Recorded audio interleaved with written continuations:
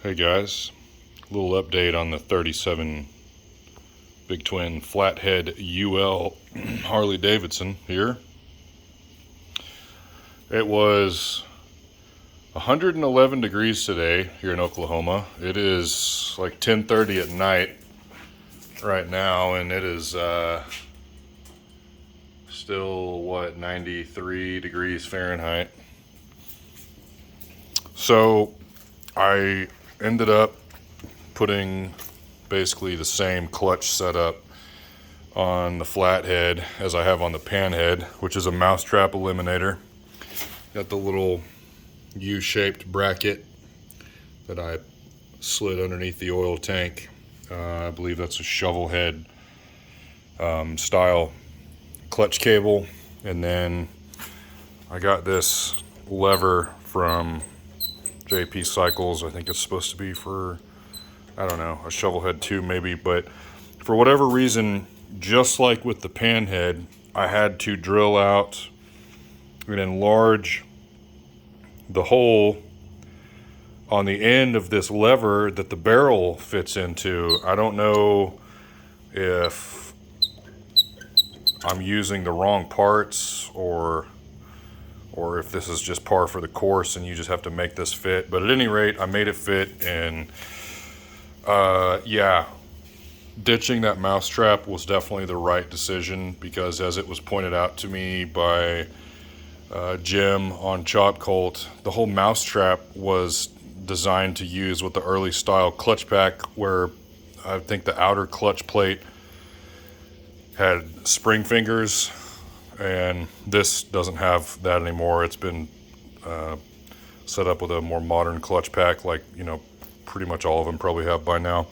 And the mousetrap was an afterthought anyways, so I ditched it, and the clutch pull is nice and smooth, real easy, and way easier than it was with the mousetrap. And I've just had to adjust it once, and it's been perfect. Set it and forget it. So yeah. Something else I wanted to talk about. It was 111 degrees today was the high. I did a little bit of riding around this evening. It was probably 105, maybe a little hotter. And I actually just got back, I don't know, maybe 30 minutes ago or so. And what I noticed is the oil tank was not warm, but hot. And I think that's a good sign, because what that means is the oil is pumping into the motor, and not only lubricating it, obviously, but it's being pumped back to the tank, and it's pulling a lot of the heat out of the motor back to the tank. And I think the fact that I have upgraded the oil pumps is probably the main reason, if not the only reason, why that is the case. And so I think hopefully that's going to be a worthwhile long-term investment, and I think it will be, supplying more oil to this old motor, which was under lubricated to begin with, and hopefully keep it a little bit cooler. And so I noticed after riding this thing around a little bit, when it's fully warmed up, just, you know, as hot as it gets from riding around, when you're idling at a stoplight on a day like today, when it was every bit of 105 degrees outside, it was still making, I don't know, a couple pounds of pressure. Not much, you don't need much, but you know, it was a pound or two, give or take.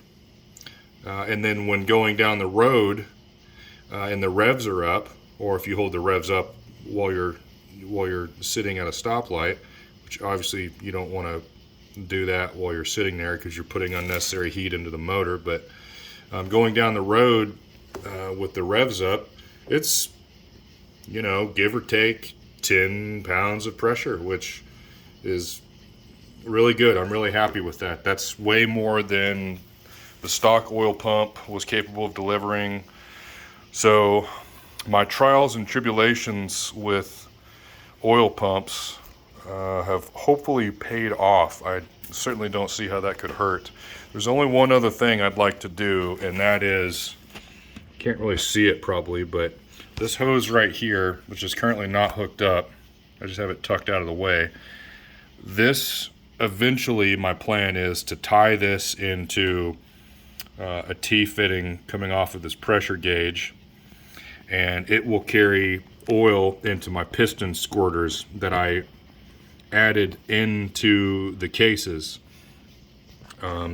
However, there's a little pinhole of a leak right below this banjo fitting. You can see where we tried to weld it and it didn't work. Just 85 years of oil just saturated into the cases was fighting us, but it's just a pinhole leak. I think I have a MIG welder and a stick welder and an acetylene torch, but I don't really have any way to weld aluminum. So I'm thinking and hoping if I take this to someone that can weld aluminum, especially, you know, do an odd job like this with an eccentric kind of casting, kind of a weird angle. All I need is just a little dab of weld underneath it. That'll seal that up. And then I can run my squirters that will squirt oil on the bottom of the piston crowns. I don't know if that's really needed since I've got an oil pump that is delivering substantially more oil, and the KR style combustion chamber heads, which probably move the hot spot away from where it was, so it's less likely to burn holes in the pistons, but we'll see.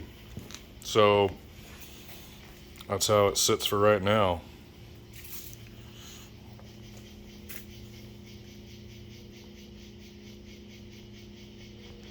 And this thing is hot, so I bet it will fire up on one kick. Let's give it a try here.